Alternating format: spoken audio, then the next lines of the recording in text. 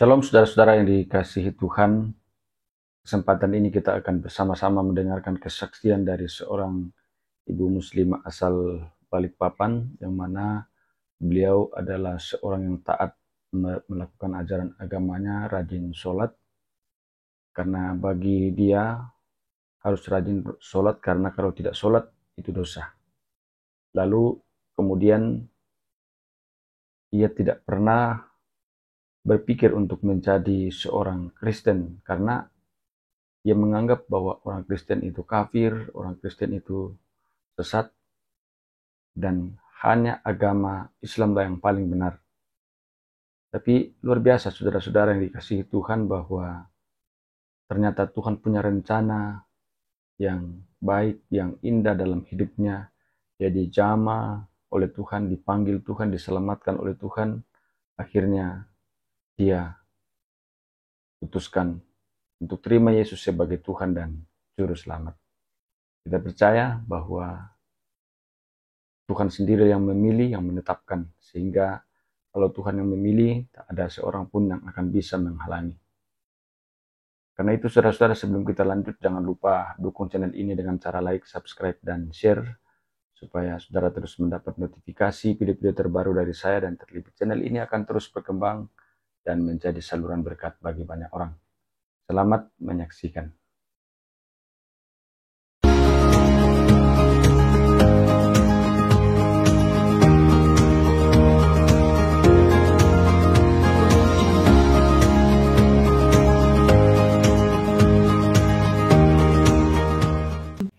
Sebelumnya, perkenalkan, nama saya Wulan.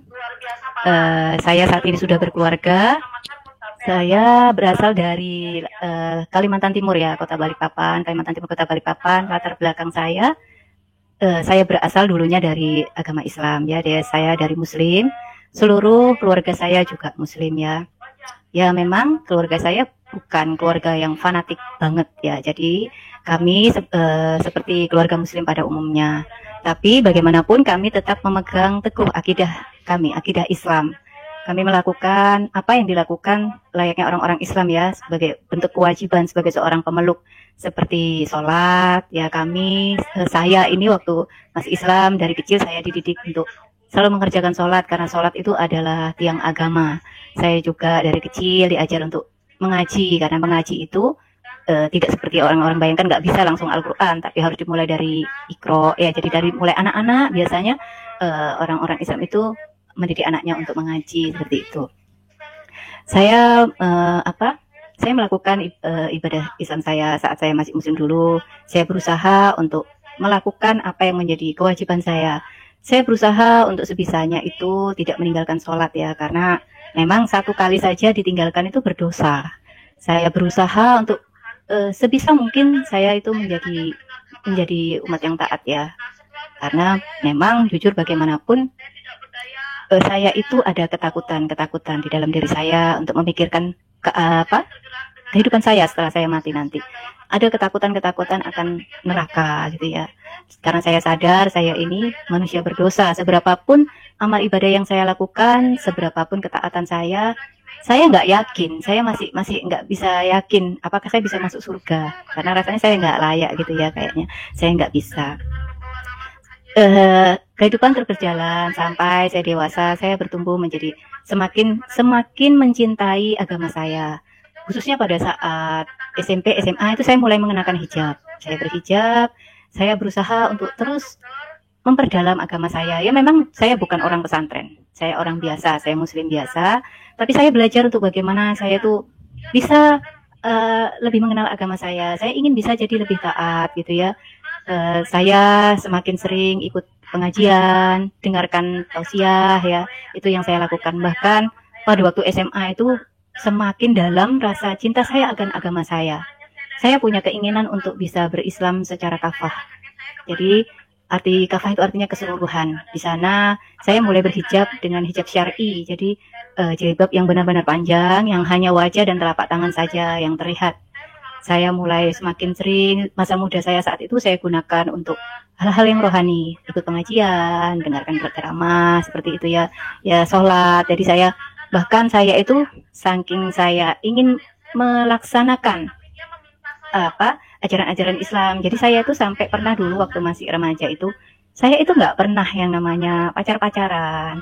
Saya itu nggak menikmati masa muda itu nongkrong-nongkrong atau jalan ke sana kemari dengan teman-teman saya. Jadi saya gunakan untuk pergi ke pengajian seperti itu ya. Ya saya hanya sholat seperti itu. Terus dan semakin saya menjalani kehidupan Islam saya, semakin tumbuh rasa bangga saya terhadap agama saya. Karena saat itu saya berpikir bahwa agama saya adalah agama yang paling sempurna, agama yang diridhoi, satu-satunya agama yang diridhoi Allah ya. Jadi satu-satunya agama yang diakui. Saya bangga karena begitu banyaknya agama di dunia ini, hanya agama saya yang diridhoi. Saya berpikir agama saya adalah yang terbaik dan saya sangat cukup bangga. Oleh sebab itu, rasanya kalau saya pikir-pikir, sampai saya bisa seperti saat ini itu mustahil seperti itu ya. Karena memang tidak pernah ada keinginan untuk saya itu keluar dari agama saya yang dulu. Untuk murtad itu sangat jauh, tidak pernah terbesit sedikit pun. Karena saya tahu agama saya itu yang terbaik. Apalagi sampai menjadi orang Kristen. Karena apa yang saya tahu dulu itu, agama Kristen itu sesat. Orang-orang Kristen itu orang-orang kafir, orang-orang yang akan nanti jadi bahan bakar neraka. Belum lagi apa yang saya dapat dulu itu, yang saya bayangkan orang Kristen itu sepertinya agamanya tidak memiliki banyak aturan. Sepertinya mereka boleh hidup semaunya. Terus mereka hanya ibadah ke gereja seminggu sekali. Mereka hanya beribadah, hanya bernyanyi-nyanyi. Jadi sebatas itu yang saya tahu dulu tentang kekristenan. Jadi memang kalau saya ingat kehidupan saya dulu waktu masih muslim, rasanya mustahil ya. Sekali lagi memang ini bukan karena kesalahan saya, tapi karena Tuhan yang mengaruniakan saya keselamatan. Saya dipilih bukan karena saya layak, tapi karena memang Tuhan mengaruniakannya. Nah, itulah kehidupan saya waktu saya masih muslim ya. Saya berusaha menjalankan bagaimana sebisanya saya bisa taat.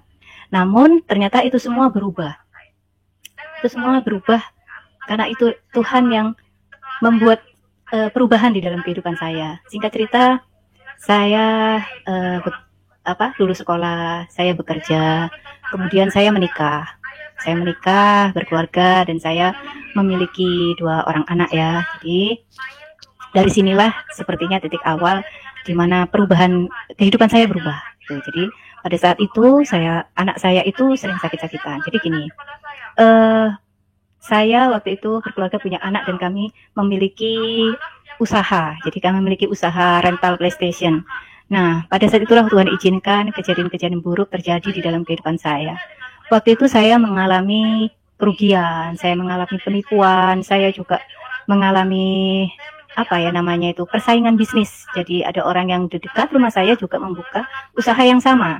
Otomatis usaha kami mulai menurun, pelanggan mulai berkurang. Nah, dan pada saat itu anak saya itu sering sakit-sakitan. Dan satu ketika anak saya itu terkena sakit yang mengharuskan dia berobat terus-menerus. Sampai beberapa kali di opname ya. Terus kami harus setiap minggu kami harus kontrol, harus cek urin dan segala macamnya. Anak saya juga harus mengkonsumsi obat setiap hari. Dan di situ saya tuh sebagai seorang ibu, saya hancur hati bagaimana anak saya bisa sembuh seperti itu ya. Bagaimana caranya? Karena sakitnya ini kambuh hilang. Nah, pada saat itu dokter bilang sama saya seperti ini. Bu, ini kalau misalnya anaknya kambuh lagi, jalan satu-satunya harus dibiopsi. Nah, pada saat itu di Balikpapan itu tidak ada dokter spesialis ginjal anak. Jadi yang ada di Surabaya. Jadi dokter menyarankan saya untuk berobat di Surabaya. Nah, pada saat itu kan rumah saya di Balikpapan, untuk berobat dan ke Surabaya, ongkos transport itu membutuhkan biaya yang banyak. Sementara kehidupan kami mulai terpuruk ya. Dan bukan satu kebetulan, di saat itu orang tua dari suami saya yang perempuan, jadi mertua saya itu yang ada di Pulau Jawa, di salah satu kota di Pulau Jawa itu meninggal dunia. Nah, karena mertua saya tinggal yang laki-laki, jadi mertua saya ini tidak ada orang yang menemani karena anaknya jauh-jauh semua ya. Akhirnya saya dan suami memutuskan bagaimana kalau kita pindah aja ke kota mertua, karena kebetulan kota mertua saya ini dekat dengan Surabaya. Nah, jadi saya berpikir ini akan lebih mudah. Selain menghemat biaya untuk berobat, kami juga bisa menjaga orang mertua saya gitu. Kami bisa menjaga orang tua dengan baik gitu ya. Singkat cerita, akhirnya kami memutuskan untuk pindah ke rumah mertua saya. Nah, perlu diketahui saudaraku bahwa mertua saya ini seorang Kristen, ya. Tapi pada saat itu saya tetap memegang akidah saya. Itu tidak berpengaruh buat saya sekalipun mertua saya seorang yang Kristen. Jadi kami satu rumah, kami bertoleransi, kami masing-masing menjalankan agama kami, keyakinan kami. Waktu saya sholat, beliau itu beribadah ya, beliau bersaat teduh sendiri di kamarnya. Kalau saya ngaji, beliau itu memuji Tuhan. Jadi saya melihat bahwa mertua saya melihat sosok Kristen yang secara real, secara kehidupan sehari nyata itu adalah di kehidupan mertua saya. Karena selama ini saya nggak pernah kumpul dengan orang Kristen seperti apa. Saya melihat sosok mertua saya ini adalah Kristen yang taat. Beliau adalah orang yang sabar. Beliau hampir tidak pernah marah. Bahkan kalaupun marah, beliau tidak pernah bernada tinggi dan berkata kasar. Saya lihat luar biasa kehidupan beliau sebagai seorang Kristen. Beliau meskipun sudah tua, sudah cukup sepuh ya, tapi beliau tetap rajin beribadah, rajin ke gereja, hampir tidak pernah ketinggalan. Mungkin hanya kalau sakit dan nggak bisa datang. Beliau juga di rumah selalu bersaat teduh. Bahkan kalau saya sholat itu beliau jam 4 sudah bangun. Jadi sebelum saya sholat subuh, beliau itu sudah bangun, sudah berdoa sendiri. Beliau juga selalu memuji Tuhan, selalu lihat berdoa. Jujur saya kagum ya lihat kehidupan beliau. Dari situlah jadi beliau juga sering mengadakan persekutuan ya di rumah. Jadi pada saat itu saya sebagai mertua, saya sebagai menantu itu membantu untuk menyediakan makanan seperti itu ya. Tapi saya tidak ikut, saya memang tidak tertarik sama sekali, tidak pernah terbesit sama sekali untuk saya ikut kegiatan agama beliau. Saya hanya menyediakan seperti itu. Saya hanya lihat, oh ternyata gitu ya ibadahnya orang Kristen ya, nyanyi-nyanyi, kemudian dengar kayak khotbah seperti itu ya. Oh mereka bersukacita gitu ya, bertepuk tangan, puji Tuhan. Dan saya lihat orang lain begitu ramah-ramah, baik-baik seperti itu ya. Dan mereka tidak pernah mempengaruhi saya. Bahkan pada saat orang tua sakit, teman-teman beliau dari gereja itu datang mendoakan. Saya lihat begitu luar biasa kepedulian dengan sesamanya seperti itu. Singkat cerita, kami kami satu rumah selama 2 tahun. Akhirnya saya melihat hal yang berbeda dan itu membuka pikiran saya. Saya melihat ternyata kekristenan ini luar biasa ya. Nah, pada saat itu mertua saya meninggal ya. Mertua saya yang laki-laki itu meninggal. Dan di situ saya mulai berpikir. Saya jujur jadi penasaran dengan kekristenan. Karena saya berpikir begini. Setiap kita ini jujur, kita ini hanya beragama itu karena keturunan ya. Setiap kita kebanyakan itu hanya mewarisi keyakinan dari orang tua kita. Kita yakini, kita pakai dan kita teruskan. Tanpa kita cari tahu dulu sebenarnya yang benar yang mana seperti itu ya. Jadi kebanyakan dari setiap kita dan hampir semua orang seperti itu. Kecuali perjalanan hidup yang membawa akhirnya bisa berubah.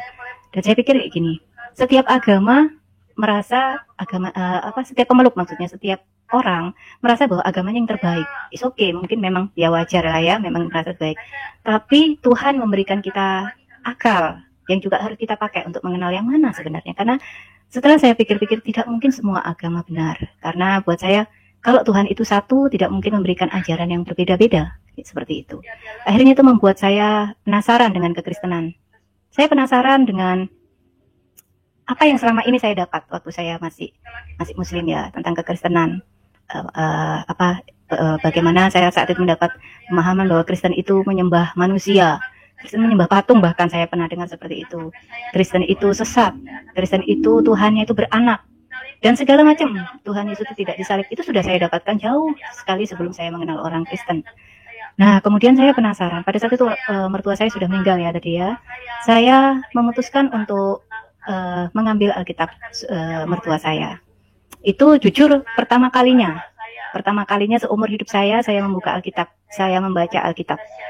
Pertama kalinya, jujur ya pada saat itu saya juga ada perasaan berdosa, ada perasaan ya bersalah. Tapi rasa ingin tahu itu lebih besar gitu loh. Karena saya pikir kalau saya nggak baca sendiri, saya nggak akan pernah tahu seperti apa gitu ya.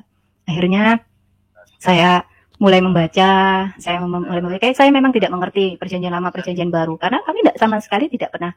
Saya dulu nggak pernah mendapatkan ilmu tentang Alkitab itu seperti apa sih. Saya buka-buka perjanjian lama. Oh, saya pikir seperti sejarah ya. Oh, ada kisah nabi-nabi. Tapi saya buka acak. Saya buka kemudian di perjanjian baru. Saya lihat, oh ternyata bagus ya. Tapi saya baca acak-acak aja. Setelah itu, saya jadi berpikir, apakah selama ini yang saya dapatkan ini benar ya? Akhirnya dari situ saya mulai penasaran untuk terus mencari tahu. Saya sholat, saya tetap menjalankan ibadah saya. Saya nggak meninggalkan ibadah saya sebagai seorang Islam.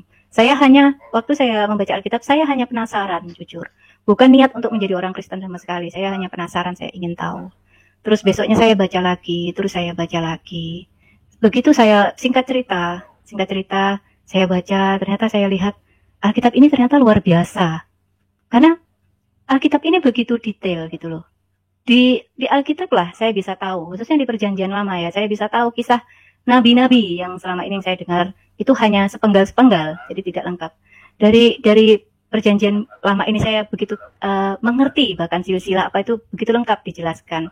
Dan dari Perjanjian Baru, dari situ saya melihat, wah luar biasa ya, banyak kata-kata bijak. Di Perjanjian Lama di Amsal itu banyak kata bijak juga.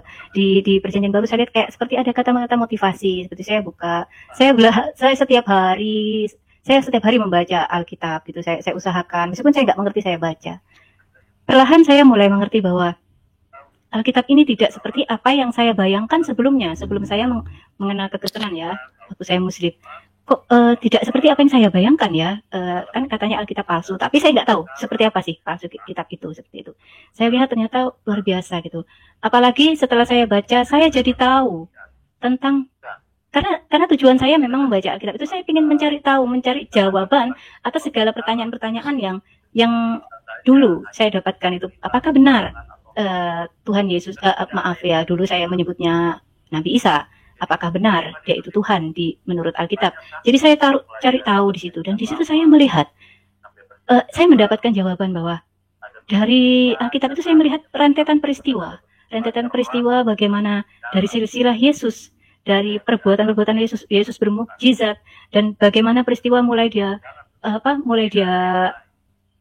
dari dia bersama orang Yahudi yang tidak suka dengan dia sampai dia disalibkan, sampai kemudian dia mati dan dibangkitkan. Dari situ saya mulai berpikir, loh ternyata di Alkitab ini dituliskan jelas bahwa memang Yesus itu disalibkan. Sementara yang saya tahu dulu tidak disalibkan seperti itu. Dan saya baca, setelah saya pahami, ternyata orang Kristen itu tidak menyembah 3 Tuhan.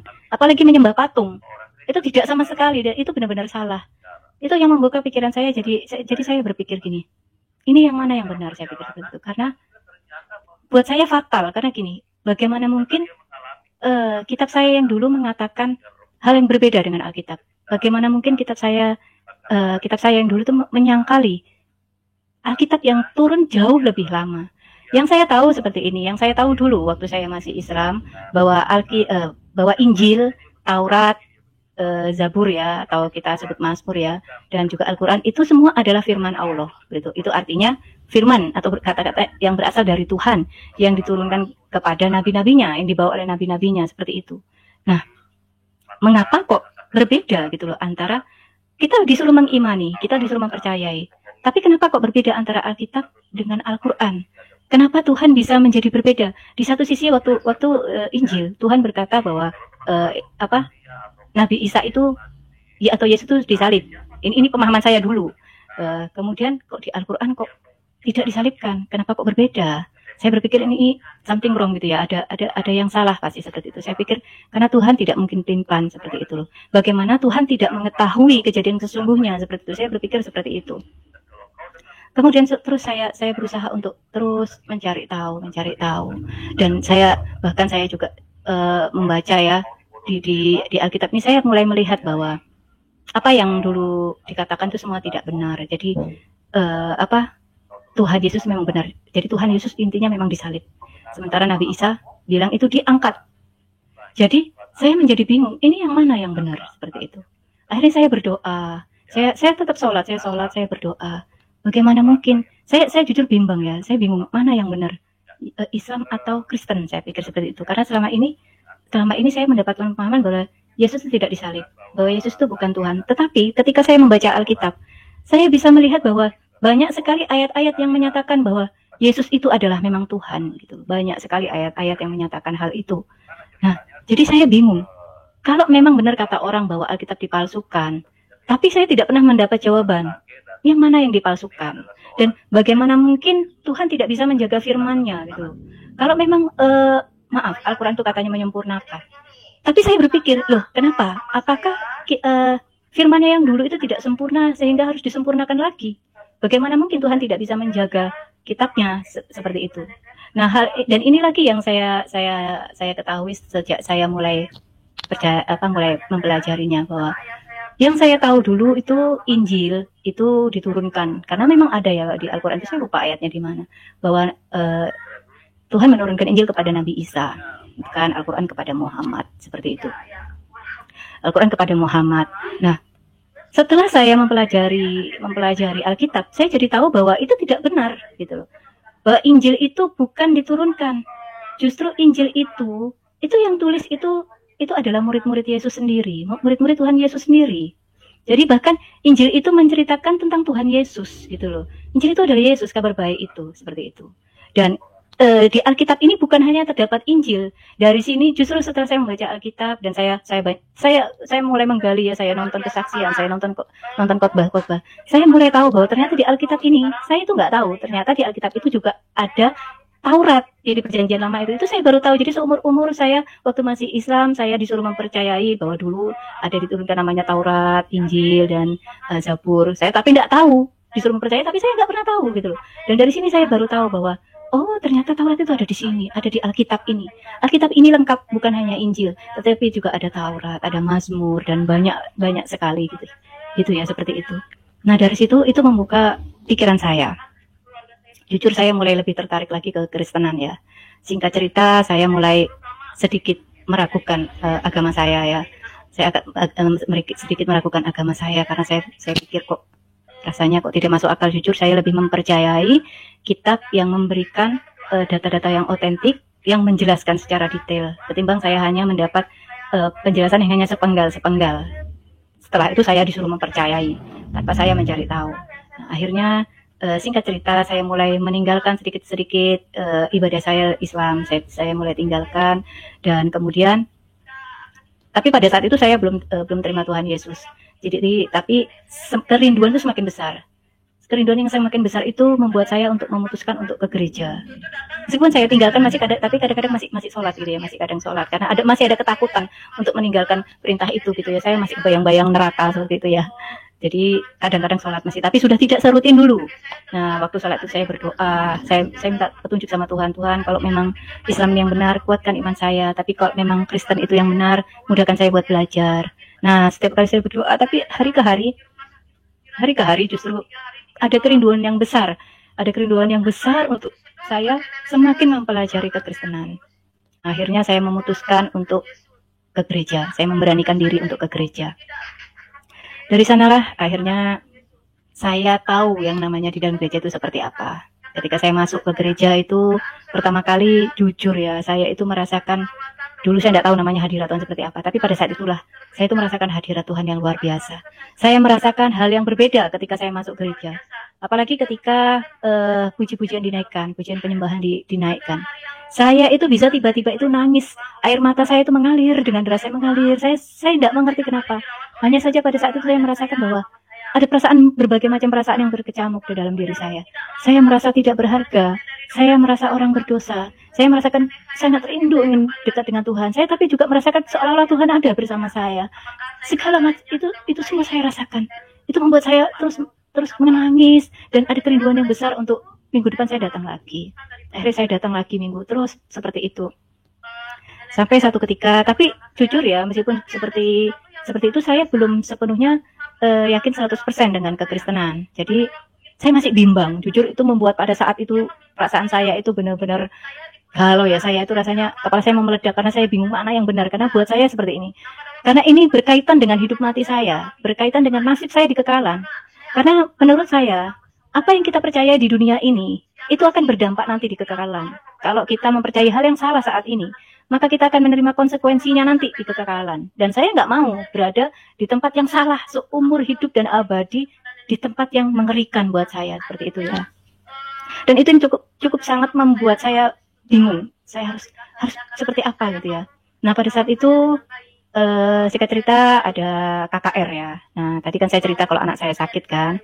Nah, pada saat KKR itu jujur saya mendengar, saya sukacita sekali karena Wah, saya pernah dengar, saya pernah nonton ya, di itu kalau nggak salah di mana ya, di RCTI apa di mana saya lupa itu. Tapi saya nggak mengikuti terus-terusan karena saya nggak percaya. Dulu itu saya nggak percaya karena saya beranggapan bahwa itu apa settingan, itu pura-pura mereka itu kerjasama antara yang sakit dengan pendetanya itu kerjasama, mereka pura-pura sembuh supaya orang lihat wah hebat orang Kristen, wah hebat orang Tuhannya orang Kristen itu hebat gitu. Dulu saya itu berpikiran seperti itu, tapi karena pada yang saat itu saya mulai meragukan agama saya dan saya belum begitu yakin, dan saya juga kepikiran anak saya yang sakit. Saya ya justru sukacita ya, kayak apapun namanya orang tua pengen anaknya pasti sembuh ya. Akhirnya saya memutuskan untuk membawa anak saya itu ke KKR. Nah pada saat itulah anak saya didoakan, tapi saya ikut. Jadi di KKR itu kan untuk orang sakit berbeda ya, orang sakit tempatnya sendiri, terus yang tidak sakit itu terpisah. Saya merasa gini, waduh kalau saya nggak ikut yang di bagian orang didoakan, saya rasanya kok nggak merasa, saya nggak puas gitu ya. Saya ingin mendapatkan sesuatu yang lain gitu ya. Saya pengen tahu, jadi saya pengen kenal banget sama Tuhan gitu. Nah, kemudian saya memutuskan juga untuk ikut di orang yang didoakan. Memang saya punya sakit mah ya, tapi nggak parah sih. Nah, kemudian saat itu anak saya didoakan, anak saya itu nangis waktu didoakan. Waktu selesai itu dia cerita kalau di punggungnya itu kerasa kayak hangat mengalir gitu katanya. Jadi hangat ngalir gitu, kayak hangat bergerak ngalir gitu seperti itu. Dan dia itu menangis gitu. Saya tidak ngerti kan, dulu saya masih muslim. Saya juga kemudian didatangi dengan pendoa juga, ditanya itu sakit apa. Saya bilang saya sakit mah. Tapi kalaupun nggak sembuh nggak apa-apa, saya bilang kayak gitu. Saya cuma rindu untuk, saya pengen kenal Tuhan Yesus sih, saya bilang seperti itu. Ya karena Pak saya itu sih yakin 100%. Tapi kerinduan untuk tahu benar-benar bahwa apakah Yesus ini, Tuhan Yesus ini benar-benar Tuhan gitu loh. Karena bayangkan ya, tidak mudah ya untuk mempercayai hal itu dengan singkat. Kenapa? Puluhan tahun yang tertanam di kepala saya itu bagaimana bahwa Yesus itu bukan Tuhan, Yesus itu hanya Nabi. Itu berpuluh-puluh tahun itu ada di kepala saya, itu tidak bisa dengan semudah itu saja pergi, dan saya terus berubah pikiran seperti itu. Jadi pada saat itu saya bilang seperti itu, enggak, saya cuma pengen kenal Tuhan, terus saya didoakan. Nah kemudian setelah itu selesai, KKR ini 2 hari. Jadi hari kedua kami datang lagi di tempat yang sama, orang-orang yang didoakan juga. Nah tapi pada hari kedua ini doa baptisan Roh Kudus. Jadi pada saat itu pendeta bilang seperti ini. Pendetanya tuh di mimbar ya, saya di tempat orang sakit. Pendetanya bilang gini, siapa yang saat ini belum pernah dibaptis Roh Kudus? Terus saya sebagai orang muslim, saya kan tidak tahu itu baptisan Roh Kudus, hadirat Tuhan. Itu saya masih asing semua itu. Dengan semua itu saya masih asing. Saya berpikir itu pasti saya gitu kan. Nah, pendetanya bilang angkat tangan. Ya nggak cuma saya yang angkat tangan, yang lain juga ada beberapa orang yang juga angkat tangan. Gitu. Kemudian saya angkat tangan. Tapi pada malam hari itu saya itu benar-benar sangat rindu untuk Tuhan bisa menjawab saya. Saya itu rasanya, kalau perlu Tuhan itu benar-benar menunjukkan ke saya. Tapi karena pada saat itu saya nggak pernah ya, karena muslim nggak mempercayai Tuhan Yesus itu bisa turun dalam wujud manusia. Jadi saya nggak terbesit untuk minta Tuhan Yesus itu turun di depan saya seperti itu. Jadi terus pendeta bilang gini, yang belum pernah angkat tangan. Kemudian saya angkat tangan. Nah beliau pendetanya itu kan di mimbar ya. Beliau doa, saya doa sendiri, dan ini nggak ada orang yang mendoakan saya, saudaraku. Jadi tidak ada orang yang tumpang tangan sama saya. Saya doa sendiri. Pada saat itu saya berdiri, saya doa sendiri. Saya cuma bilang gini, dengan penuh kerinduan, dengan benar-benar harap kalau untuk Tuhan jawab saya cuma bilang gini, Tuhan, saya bilang seperti itu. Saya nggak panggil Tuhan Yesus karena saya waktu itu belum sepenuhnya percaya. Tuhan, kalau memang Yesus itu adalah Tuhan, saya bilang seperti itu, tunjukkan mukjizatmu malam hari ini. Saya mau percaya, saya bilang itu. Tunjukkan mukjizatmu malam hari ini. Dan puji Tuhan, saat itu saudaraku, Tuhan menjawab doa saya. Waktu saya berdoa, itu saya rebah. Setelah saya rebah, saat itu saya merasakan lawatan Tuhan. Saya nggak ngerti ya, setelah saya Kristen saya tahu bahwa itu ternyata lawatan Tuhan. Saya itu ya, badan saya dari ujung kepala sampai ujung kaki saya itu terasa dingin sekali. Bukan dingin orang sakit ya, tapi dingin yang begitu sejuk, seperti apa ya, kalau diibaratkan mungkin kayak disiram air es atau mungkin disalju ya. Pokoknya dingin, seumur hidup saya tidak merasakan hal yang seperti itu. Tapi bukan dingin orang sakit, karena di orang sakit tak mungkin dengan tiba-tiba hilang. Itu saya dingin sekali, tiba-tiba saya menerima karunia bahasa roh. Waktu itu saya nggak paham kalau itu bahasa roh. Jadi tiba-tiba mulut saya bergetar sendiri. Bergetar. Terus saya agak bingung gitu kan. Tapi saya dalam keadaan sadar, saya nggak pingsan terus lupa ingatan, enggak. Tapi saya tidak bisa, seperti saya sudah tidak bisa mengontrol diri saya. Dan itu saya baru tahu kalau itu saya dipenuhi oleh roh gitu ya, oleh Roh Kudus. Nah pada saat itu saya dibopong. Jadi ada orang yang menghampiri saya, itu sepertinya pendoa-pendoa yang menghampiri saya dan memindahkan saya ke ruang yang tersendiri. Jadi ruang untuk orang-orang didoakan. Di situ saya didoakan. Setelah didoakan, kemudian saya tanya, Saya kenapa? Saya bilang seperti itu. Oh enggak apa-apa, mbaknya itu dilawat Roh Kudus. Terus saya bilang, berarti saya sudah percaya, berarti saya sudah diterima Tuhan Yesus. Saya bilang seperti itu. Iya, mbaknya kalau mbaknya percaya, mbak sudah terima, mbak sudah terima Tuhan Yesus. Terus sekarang saya harus apa? Kata orang, kata saya terus ini. Ya sama seperti orang Islam ada syahadat. Kalau kita itu baptis, katanya dia seperti itu. Nah kemudian dari situlah, setelah itu saya pulang kan, saya baru tahu ternyata baptisan Roh Kudus itu juga tidak semua orang mendapatkan. Dan pada saat itu saya mendapatkan. Dari situlah saya mulai berpikir, apalagi yang saya cari? Tuhan sudah menjawab. Segala pertanyaan tentang kekristenan saya sudah mendapatkannya gitu loh. Saya sudah mendapatkan jawaban dari Alkitab. Dan apalagi yang terjadi yang saya alami, saya mendapat mukjizat ya. Dan anak saya sembuh ya, saya lupa cerita. Anak saya sembuh dan saya mendapat karunia bahasa roh ya, karunia dari Roh Kudus. Itu yang membuat saya yakin, apalagi yang saya tunggu-tunggu lagi. Apalagi membuat saya ragu untuk terima Tuhan Yesus. Dan saat itulah saya mulai memberikan diri saya buat Tuhan Yesus ya. Saya besoknya saya minta untuk dibaptis. Kemudian akhirnya saya komitmen sama Tuhan untuk saya benar-benar hidup di dalam Tuhan. Saya mau untuk terus lebih lagi di dalam Tuhan. Saya mulai menjalani kehidupan kekristenan saya pada saat itu. Dan memang ya setelah jadi orang Kristen itu tidak mudah karena ada banyak tantangan yang saya hadapi. Jadi saya jujur mendapatkan perlakuan yang sudah tidak enak ya dari lingkungan saya ya. Mendapatkan penolakan. Dulu orang-orang yang baik sama saya, sejak tahu saya jadi Kristen, saya mulai dijauhi.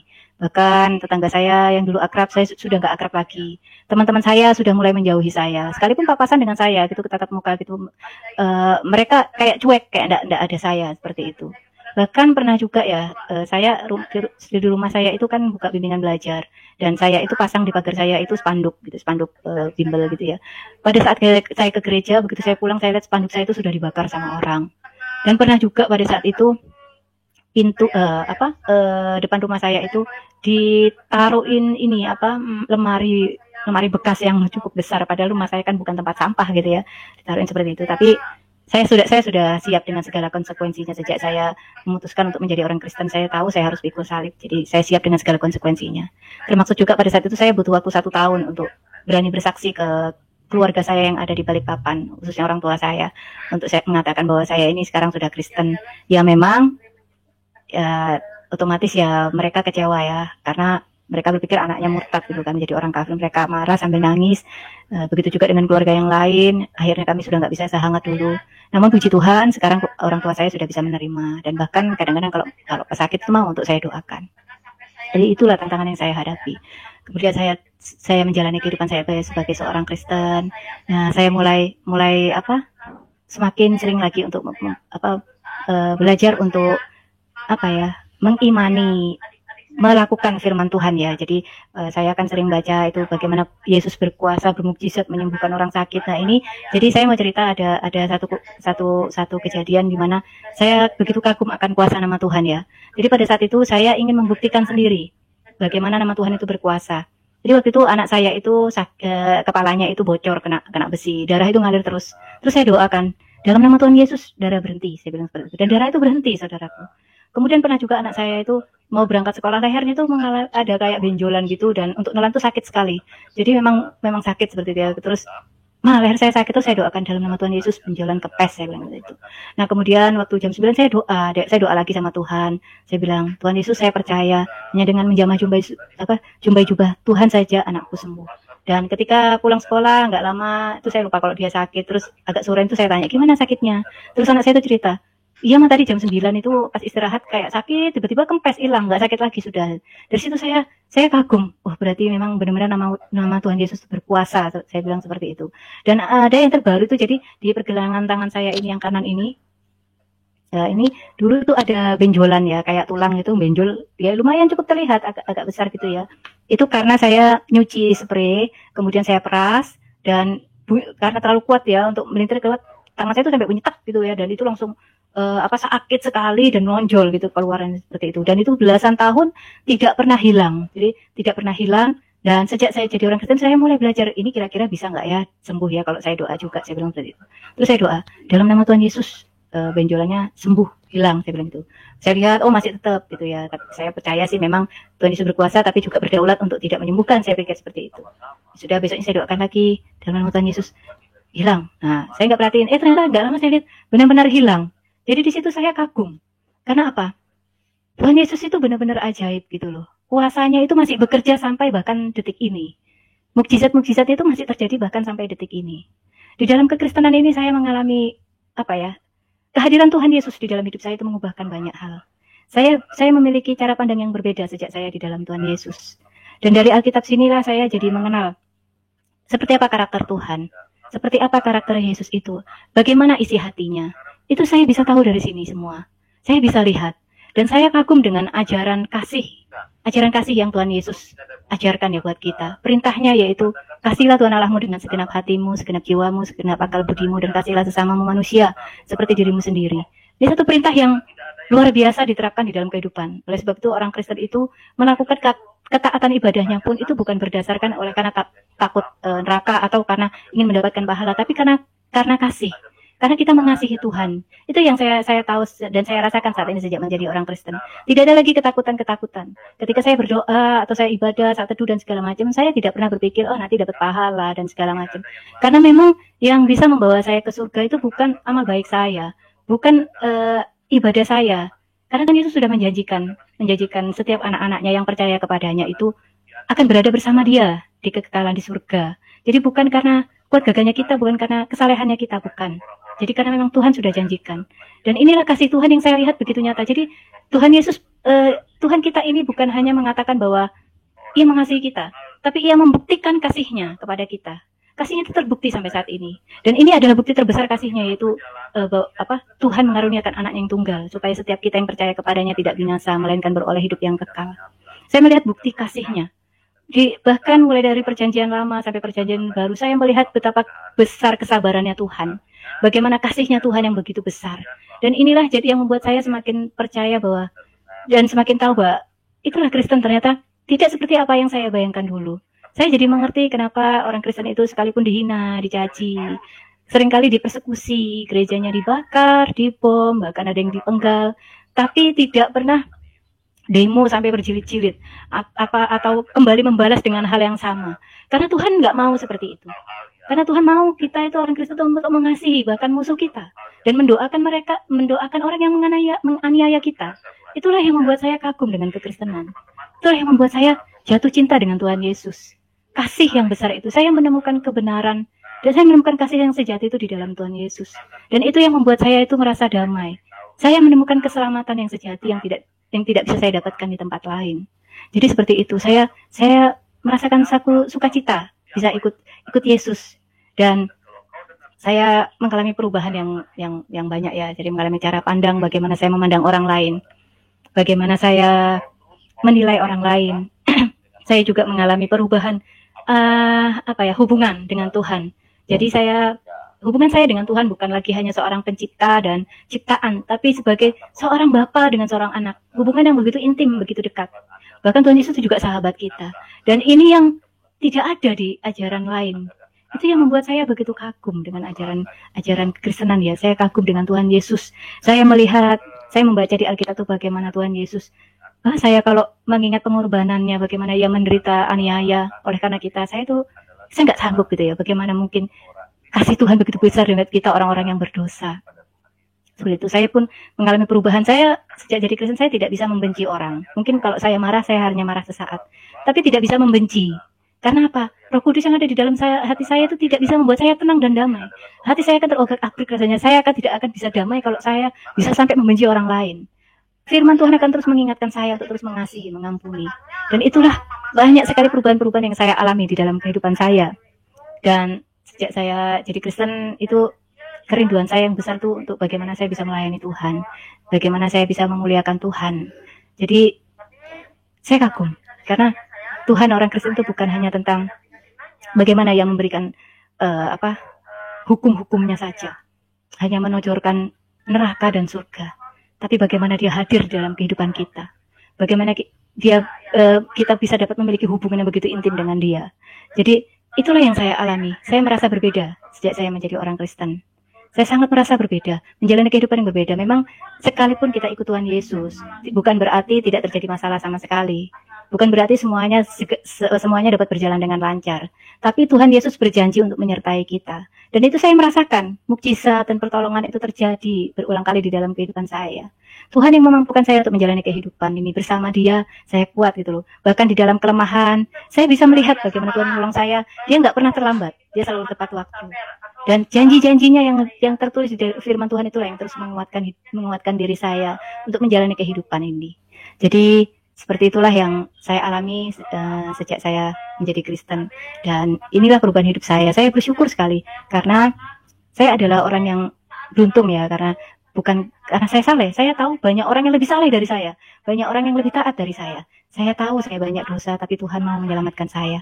Semuanya karena kasih karunia. Bukan saya yang memilih Tuhan, tapi Tuhan yang memilih saya. Ya, demikianlah kesaksian yang bisa saya bagikan, Pak. Kiranya kesaksian ini boleh memberkati kita semua. Terima kasih, Tuhan Yesus memberkati. Demikian kesaksian Ibu ini, saudara-saudara, sungguh luar biasa, sangat memberkati. Semoga kita semua dikuatkan, sehingga kita semakin bertumbuh dalam Tuhan. Sekalipun banyak tantangan persoalan hidup, tapi kita tidak perlu takut karena hidup kita sudah berharga di mata Tuhan. Saudara yang percaya kepada Kristus adalah orang yang sudah diselamatkan oleh Tuhan. Karena hanya dalam Yesus saja kita dapat diselamatkan. Di luar Yesus tidak ada keselamatan. Sampai jumpa di video berikutnya. Tuhan Yesus memberkati.